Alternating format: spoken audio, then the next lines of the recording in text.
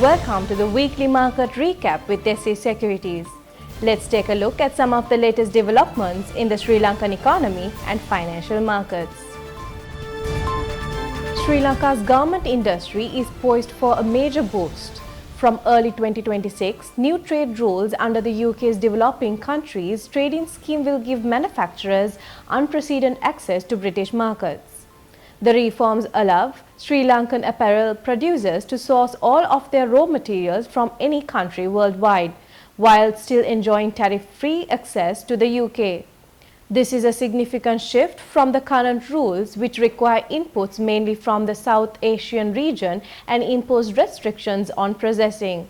As an enhanced preference country under the scheme, Sri Lanka will now receive the same product-specific concessions for government as lower-income countries like Bangladesh.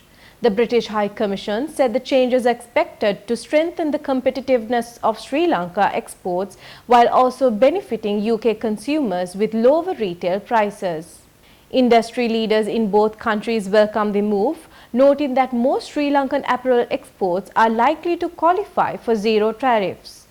They described it a success story for the sector and a step toward further strengthening bilateral trade. Sri Lanka's renewable power generation has surged to new highs. Official data shows renewables made up more than 64% of total electricity in May, a sharp rise from 48% a year earlier. Out of 1,531 gigawatt-hours generated in May, 986 came from renewable sources.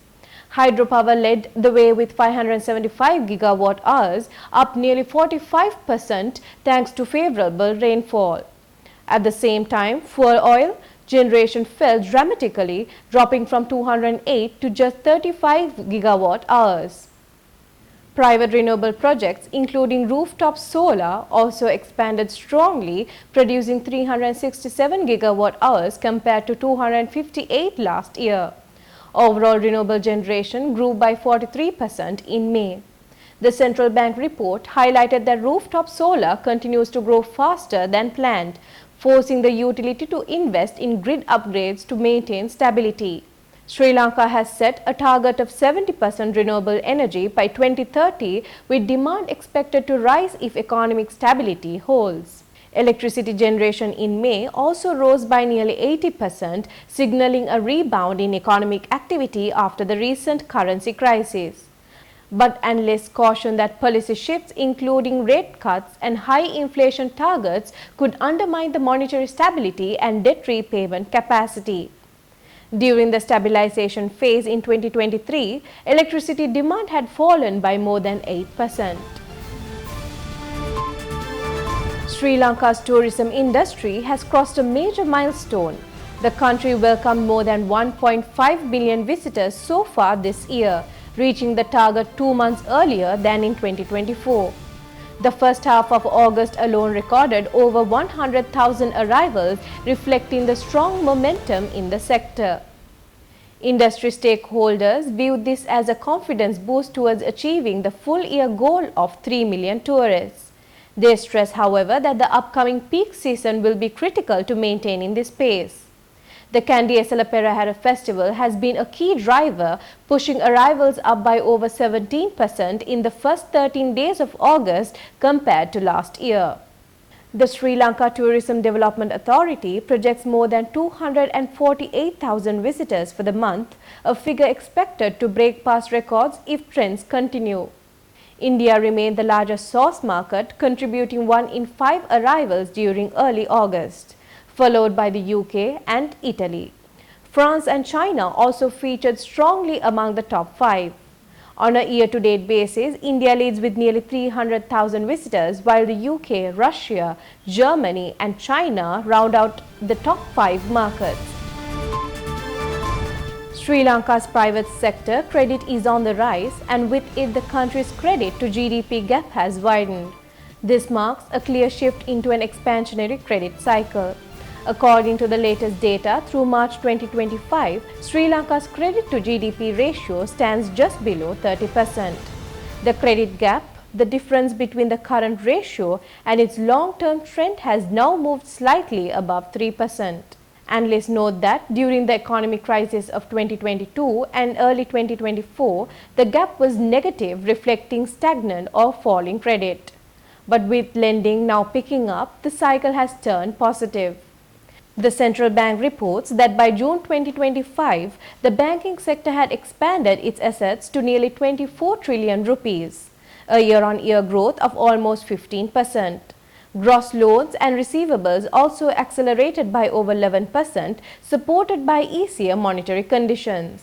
Private sector borrowing alone rose by more than 716 billion rupees in the first half of 2025, a jump of nearly 18% compared to last year. While a positive credit gap can sometimes point to overheating risk, the central bank has dismissed such concerns. Officials explain that credit expansion is occurring after a long period of contraction with less reliance on bank borrowing by the government. This has created what they call a crowding in effect, where private businesses have greater access to funding. Economists say that the current gap remains modest, suggesting Sri Lanka is still in the early stages of its credit cycle without posing immediate risk to financial stability.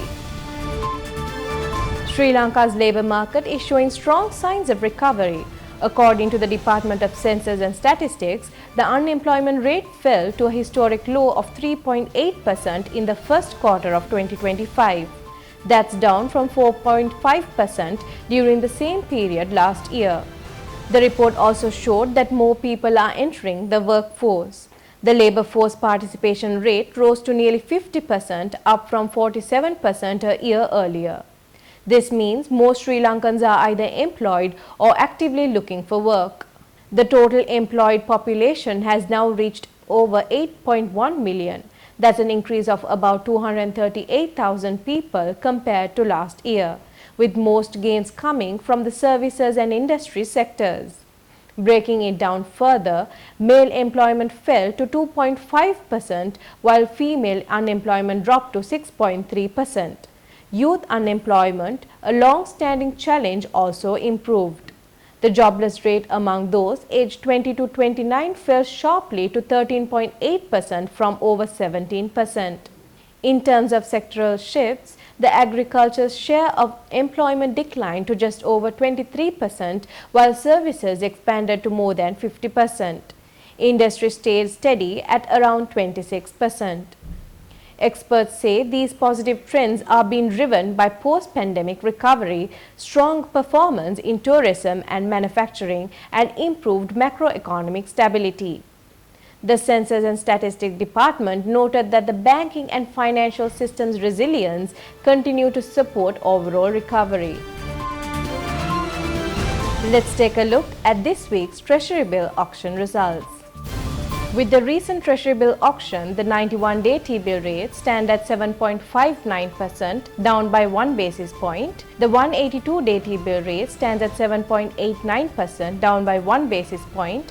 And the 1-year T-bill rate stands at 8.03%, showing no change compared to the previous week. Thank you for watching. We'll be back next week.